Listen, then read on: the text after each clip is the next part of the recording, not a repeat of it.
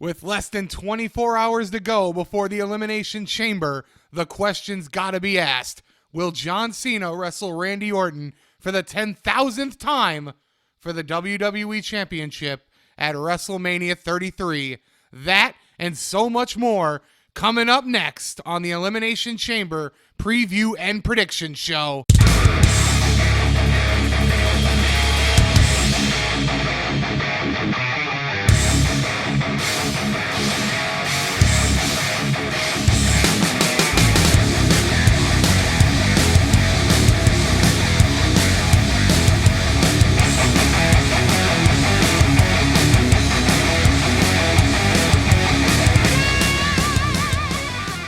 Well, here we go, folks. We are less than 24 hours away from SmackDown's Elimination Chamber. And I believe the pay-per-view is going to be good. I really do. Now, granted, SmackDown had 2 weeks to build the thing, but it's still going to be good. So let's start with the matches. The pre-show is going to have Curt Hawkins versus Mojo Rawley. Honestly, who gives a fuck? It's there to be there. Don't really care, but I'm going to go with Mojo Rawley because they've been seeming to give him a small build, just something to do while Zach's hurt. So, Mojo over Curt Hawkins. Hooray. Now we start with the main card, and I'm going to begin with Nikki Bella and Natalya. The rivalry's been good. It really has. Their last segment, I know I called it a bitch fest, and that's essentially what it was. But it's still been a good build. It's something that you're interested in. And it's something that you're intrigued to find out who's going to win. Now, I don't expect this to be a particularly violent match. I know they've had a very heated, deep-seated personal rivalry, and normally those end in a very physical way. However, with Nikki Bella having problems with her neck and tingling down her arm, I don't think WWE is going to risk it, and quite frankly, they shouldn't. It's not safe for Nikki, and there's no reason to put severe long-term health on the line for a match at a B show. So let's go ahead. Let's go with Nikki Bella for the win here.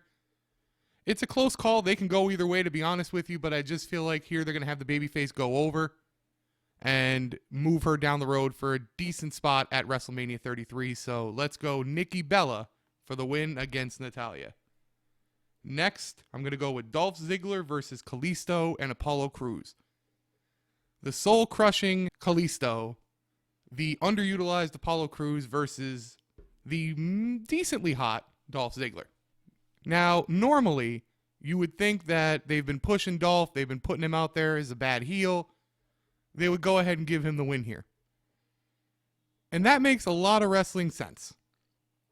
But I'm not going to go with that. I'm going to go with Kalisto and Apollo Crews to pick up the handicap victory over Dolph Ziggler. The reason I'm going to do that here, it just makes too much wrestling sense in the way WWE books here in 2017 for the babyfaces to go over in this match. They've been victimized, beaten with chairs, and they need their retribution. So Kalisto and Crews for the win. It's a lower card match. It's not really that important, and Dolph can easily come back, and it could make him a bigger heel because he's going to take it out on them either after the match or at SmackDown. The tag team turmoil match. Honestly, who gives a flying fuck? It's been 2 clusterfucks in a row. I couldn't even watch the 12-man tag. I don't watch 12-man tags, period, but I walked out of the room on it on SmackDown. This one really has no build. It's just something to get American Alpha on the card. So let's go ahead. American Alpha is going to win. Nobody else is winning this. I'm not wasting too much time on it. I don't think you guys want me to waste too much time on it. Now we're going to get to one of the matches that this card is built around. Randy Orton and Luke Harper. Both men need the win. Part of the Wyatt family saga, the best thing going on SmackDown. And just a damn intriguing match. This whole rivalry between Luke Harper and Randy Orton is built around the Wyatt family saga. It started when Randy joined the damn thing. Luke has been questioning it since the beginning. They had a match on SmackDown a few weeks ago where after the match where Luke Harper lost to Randy Orton, Bray gets in the ring and Sister Abigail's Luke as punishment. Luke at that point, feeling betrayed, left the Wyatt family. Now he's still been talking about how his family's been taken from him and how he needs to punish and destroy Randy Orton. Randy Orton really hasn't mentioned it too much. Of course, winning the Royal Rumble focused on the title match he has at WrestleMania, you can see him kind of looking past the Luke Harper. Luke Harper is going to come in this match and try to go balls to the wall. This is the match that's going to have the physicality. This is the match that's going to have the violence. And I believe might actually be the show stealer. This match right here could wind up being the best match on the card. So it all makes sense for Luke Harper to win, but he's not going to. Randy Orton's going to win. Randy Orton's going to win for the simple fact that he's going to WrestleMania 33 and is going to be in the SmackDown main event, and you normally don't lose before that, and I don't see that happening here. Now, where I believe this saga is going to take a twist is going to happen later in the night. A brother's been missing. A part of the Wyatt family has been out injured. After this night, I believe he will return, which is going to continue and make this a 4-person rivalry. And I'll leave it at that because you'll know a little later who exactly I mean. So now we're going to move on to the Women's Championship match. The Alexa Bliss versus Naomi 3-week build Women's Championship match. I like Alexa Bliss. I like her a lot. And I think she's going into WrestleMania as the champion, even though there's a small part of me that thinks WWE might troll people here and have Naomi beat Alexa Bliss and actually take the belt to Mania and defend it on the pre-show because it's in Orlando. But I can't see them doing that. I just can't see them taking this belt off of Alexa Bliss right now for somebody who has not been built and is not hot with the crowd at all. Her entrance, on the other hand, is hot. Don't get that wrong. But she herself is not hot right now with the crowd. She's not over at all. No way she wins here. Can't see it. Alexa Bliss retains in what'll probably be a decent match. Alexa will win, to me, in some dirty fashion. So we get to the third women's match. The third women's match on this card. In normal circumstances, you hear 3 women's matches on a pay-per-view and you're going, what the fuck is this? What the fuck? Why is 3? 3? What the fuck are you smoking? It's actually good because 2 of the 3 have been built up well. And Becky Lynch versus Mickie James has been built up well. Mickie James cost Becky Lynch the title in the cage match several weeks ago as La Luchadora. And Becky Lynch is looking for her retribution. Simple, to the point. Now, how to look at this match?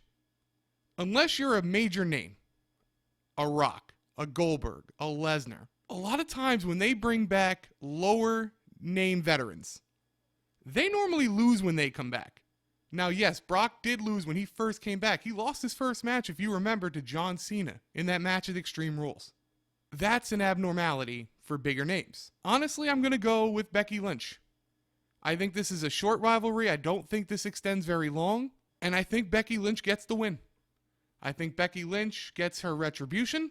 And Mickie James does the job like a lot of lower name veterans do when they first come back. It's kind of WWE's weird way of getting them to reintroduce themselves and to earn their place once again. It's kind of a warped sense of reality, but I think that's what's going to play here. So Becky Lynch will defeat Mickie James. And now, ladies and gentlemen, we get to the main event. The Elimination Chamber match, really what this whole pay-per-view, and obviously it's the name of the pay-per-view, but I mean really this whole pay-per-view is built around this one match. So let's break down the 6 people in the match. You've got the champ, John Cena. You've got AJ Styles, Dean Ambrose, The Miz, Baron Corbin, and Bray Wyatt. And you could make a realistic case for 3 guys. You can make a realistic case for John Cena keeping the belt and going to WrestleMania as the champ to face Randy Orton. It is a distinct possibility. You could make a case for AJ Styles winning the match, winning his belt back, and them honestly going with John Cena and AJ Styles at WrestleMania. It hasn't really been thought about, but to be honest, it would be a great match. It would be welcomed by the fans. It would be over with the crowd. And funny enough, we talked about yesterday with character building and how people don't like to see guys fight too many times in major pay-per-views, but is anybody going to complain about AJ Styles versus Cena again? I would love to see them complain. I don't think you're going to see it. But if it did happen, I would be happy with it, and I don't think a lot of people would complain at all. And the third guy, Bray Wyatt. Bray Wyatt. They didn't mention him much on SmackDown. Keep that in mind going into this. He's really a dark horse in WWE's eyes to the fan. But, of course, the internet wrestling community can never be surprised. Sometimes they can because they surprise themselves. But the Wyatt story is the one story and the one really compelling thing on SmackDown where the title would enhance it to that upper echelon in the company. It would make it that SmackDown headlining match for WrestleMania. Now, one more caveat before I get into actually breaking it down and predicting the winner. John Cena doesn't have to lose here, folks, and would be the main event at WrestleMania with Randy Orton. Remember, there are at least 7 SmackDowns before WrestleMania 33, and content is going to be needed. So John Cena winning tomorrow and not headlining WrestleMania 33 is a very distinct possibility and needs to be taken very seriously as we discuss who the winner is going to be of this match. Now, getting into this match, I believe it's going to be treated as a way to propel a few storylines that are going to go into WrestleMania 33. As most of these type of matches are with the Chamber or with a Royal Rumble or a multi-man big name title match going right before a big event, you usually get something like that. And that's what's going to happen here. So how it's going to go. I'm not going to predict who's first and second and all of that. That's just a guessing game. And if you're right and you do it, congratulations. Now, how I feel the match is going to go, the first man that's going to be eliminated, Dean Ambrose. Yes, Dean Ambrose is going to be the first man eliminated in this match. He's going to be eliminated by Baron Corbin. This is going to be the Baron Corbin show, I believe. Baron Corbin is not going to win the match, but Baron Corbin is going to be made to look very strong coming out of this event. I also believe the best feud for Baron Corbin to go into WrestleMania is with Dean Ambrose for the Intercontinental Championship.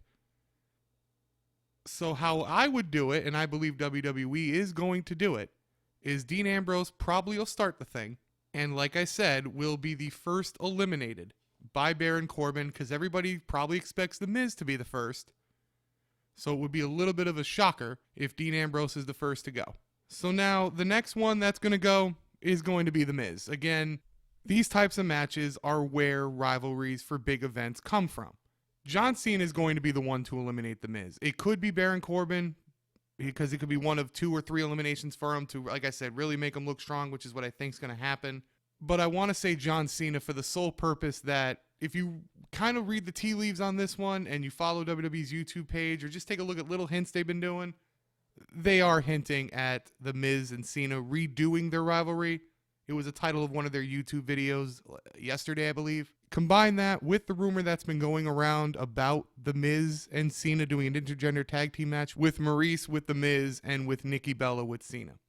Now, this can also come about if earlier in the night, let's just say Nikki wins like I predicted earlier, but Nikki shows signs of what they were talking about on Talking Smack with the tingling in her arm from the neck. If they push that out, they can use that as a part of this feud as well. So that leaves us AJ Styles, Baron Corbin, Bray Wyatt, and John Cena.